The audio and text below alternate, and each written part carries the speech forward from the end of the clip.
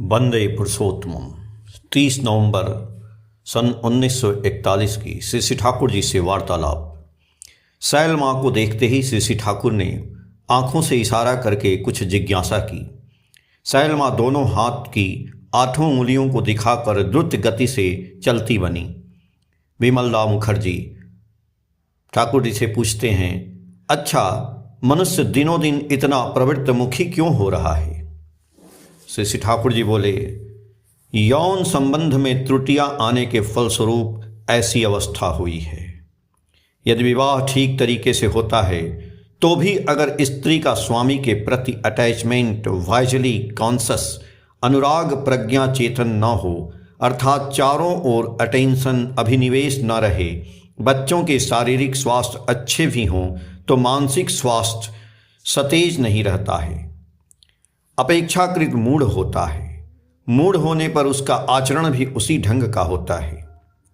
कहने का तात्पर्य यह है कि किसी न किसी रूप में कुछ असंगति रहेगी ही, क्योंकि यदि स्त्री हर तरह से स्वामी की सत्ता स्वार्थनी न हो, उसकी कुछ आकांक्षा, इच्छा और प्रवृत्ति यदि उससे जुदा रहे तो उसका व्यक्तित्व संगत नहीं होता है। उसके अंतर का खंडित रूप ही संतान में रूपायित होता है। पर इसका मतलब यह नहीं है कि स्वामी का कुछ कर्तव्य नहीं है, उसे भी आदर्श प्राण बनना होगा। किंतु मेरी तो धारणा है कि प्रजनन के विषय में स्त्री का ही दायित्व अधिक है। जिस माँ के गर्भ से शिशु ने जन्म लिया है उसकी ही सारी करामात है। जे खाने से खाने जाओ रे माकू चौरकी छाड़ा नाए, अर्थात ये माकू ढरकी बाने का सूत फेंकने वाले जुलाहे का एक औजार। तुम चाहे जहाँ जाओ ढरकी से अलग नहीं हो। तो देखो माता की प्रवृत्ति परायणता संतान में कैसे संचारित होती है। फिर भी हर माँ चाहती है कि उसका पुत्र सुखी हो, स्वस्थ हो, सुदीर्घ जीवी हो, कर्मठ हो एवं अच्छा हो। किंतु जड़ काट कर फुनगी में पानी डालने से क्या होगा?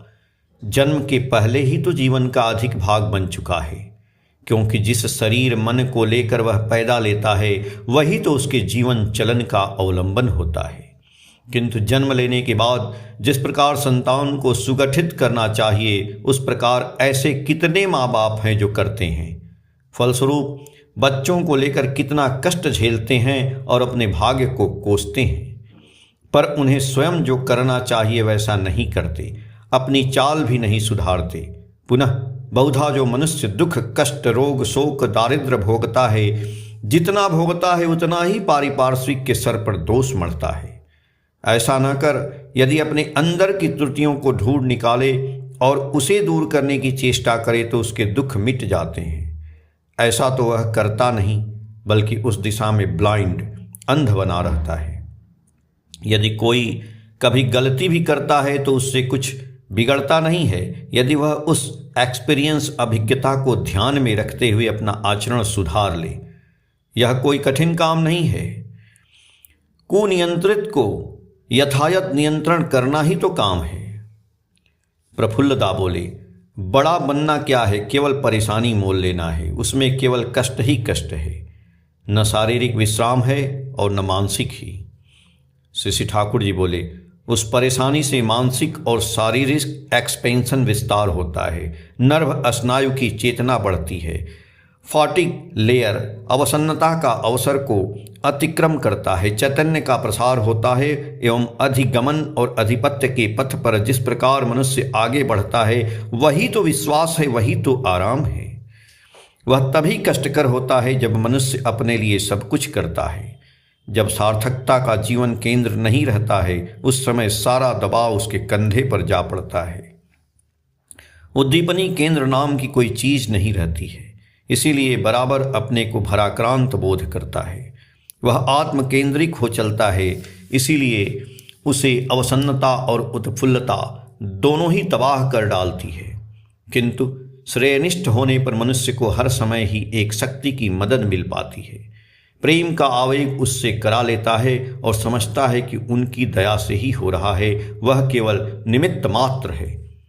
तत्पश्चात शिक्षा के विषय में चर्चा चली।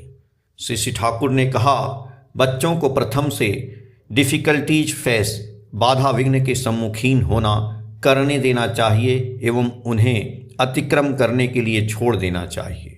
इससे आत्मविश्वास और इच्छा शक्ति बढ़ती है। वास्तविक जीवन की समस्या के विषय में उसे उतना भय नहीं बना रहता है, व्यक्तित्व का विकास होता है। टीचर्स, शिक्षकों में कंसोलिडेशन, संगति और आइडियल आदर्श फुलफिल, परिपूर्ण करने का इंटरेस्टेड एंथुसिज्म, अंतरासी उत्साह रहे तो बच्चों में भी टीचर शिक्षक के प्रति एक्टिव अटैचमेंट, सक्रिय अनुराग आ जाता है। उस समय बच्चों को किसी बात को सीखने में कोई कमी नहीं रहती। हर कार्य में वह इंटरेस्टेड, अंतरासी रहता है। वह अर्ज, आग्रही उसका आफ्टर लाइफ डिटरमाइन, परिवर्तित जीवन निर्धारित करता है। ऐसे लड़के डिफ़िकल्टी, कष्ट देकर देह चुराना नहीं करते, प्रत्युत मयूर की तरह पंख फैलाकर सामना करने के लिए तैयार रहते हैं। यदि तुम लोग बच्चों को अच्छा बनाना चाहते हो तो यहाँ के क्लाइमेट, आबो हवा को उसी प्रकार बनाना होगा। बड़े भंवर में नौका के पड़ने से जिस प्रकार उससे बचने का कोई उपाय नहीं रहता है, उसी प्रकार ऐसा एटमॉस्फियर क्रिएट किया जाए तो कर्म स्रोत में नवयुवकों को भी निकम्मा बैठे रहने का रास्ता नहीं रहेगा। कार्य के माध्यम से उन्हें शिक्षा दे सकोगे, जैसे किसी से इंजन साफ करवा रहे हो। इसके साथ साथ ऐसा साइंस, विज्ञान सिखा दिया जिससे बच्चों को साइंस विज्ञान के प्रति इंटरेस्ट, अनुराग पैदा हो जाए। इस प्रकार विभिन्न ढंग से वास्तविक रूप से काम काज कराते हुए विभिन्न विषयों में उनकी अनुसंधित्सु और अनुराग को जगा देना चाहिए।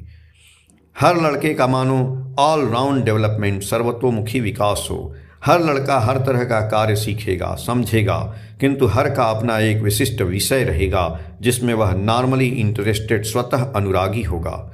उसे उस विषय में मौलिक उद्भावन मुखर कर देना होगा। हर विषय के ज्ञान को जिससे और भी समृद्ध और पुष्ट कर दे, इसी प्रकार विषयों का योग सूत्र बता देना होगा। जिस प्रकार हर विषय के साथ हर विषय के संपर्क को समझा देना होगा, उसी प्रकार जीवन के क्षेत्र में उसकी वास्तविक उपयोगिता और प्रयोग करने के कौशल को बताना होगा। सत्ता संवर्धना में सारे ज्ञान को सार्थक कर देना होगा। यह तो करना ही है।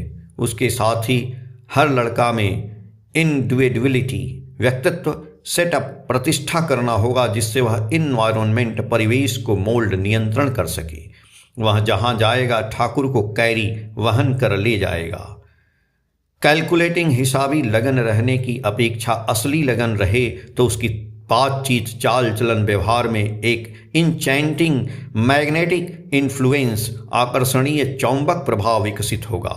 जहाँ भी जाएगा वहीं उसकी पर्सनालिटी, व्यक्तित्व ओवर पावरिंग विजयी होगी। उस समय उसका रेशनल डिस्कशन, युक्ति संगत आलोचना होगा। उसके साइंटिफिक इन्वेस्टिगेशन, वैज्ञानिक अनुसंधान, कंसोलिडेटेड सर्विस, संगत सेवा, इंटरेस्टेड मूव, अंतरासी चलन होगा जिन्हें देखकर मनुष्य मुग्ध हो जाएंगे। कोई भी व्यक्ति जब उसके समीप विरुद्ध तर्क करने आएगा तो वह अपने इंचेंटिंग इमोशनल फ्लो, मनोमुग्ध कर भावदीप्त वाक्य स्रोत, एक्टिव सर्विसेबल लुक, सक्रिय सेवा प्राण दृष्टि से वह इस प्रकार उसके व्यक्तित्व, प्रॉब्लम्स, समस्याओं को डिस्कवर, आविष्कार कर सॉल्यूशन, समाधान देगा कि वह बिल्कुल फ्लडेड, परिप्लावित हो जाएगा। कहिते गया कथा राई, कथा मरम खोलिया दिया अच्छी। बातें करते हुए आखिर अपने दिल की बात खोल ही दी। ऐसा होगा। उसके प्रति पारिपार्श्विक बाध्य होकर अट्रैक्टेड, आकर्षित होगा। उपगुप्त के एक गीत की तान ने ही अशोक को जगा डाला। इंचेंटिंग अटैचमेंट, मुग्ध अनुराग रहने पर उपगुप्त की तरह ही गीत निकलते हैं जिससे मनुष्य मुग्ध होता है। अगर लगन न रहे तो विपुल हरिदास की तरह भीतर भीतर इंटेंशन, इच्छा रखकर अभिनय करते करते लगन आ जाती है। हरिदास चैतन्य देव के भक्त थे। जब सभी कीर्तन करने लगते थे तो बहुतों की आंखों से प्रेमाश्रु बहने लगते थे और भी अष्ट सात्विक विकार की कितनी अभिव्यक्ति होती थी, किंतु उनमें हरिदास ही एक ऐसा व्यक्ति था जिसे कुछ नहीं होता था। वह सोचता था, मेरा हृदय कैसा पाषाण है कि प्रभु के अनुराग में मेरी आंखों से एक बूंद भी आंसू नहीं टपकते हैं। अपने हृदय की शुष्कता को सरस करने की नीयत से वह उस समय पीपल की बुकनी को आंखों में डालकर प्रभु का नाम करते हुए रोने लगता था। ऐसा करते हुए उसके हृदय की दबी प्रेम धारा बह चली और वह धन्य हो गया। इसीलिए कहता हूँ, किसी को निराश होना नहीं है। विधिपूर्वक शासन करते रहने से किस क्षण में किसके अनुराग का उच्च द्वार खुल जाएगा, उसका कोई ठिकाना नहीं।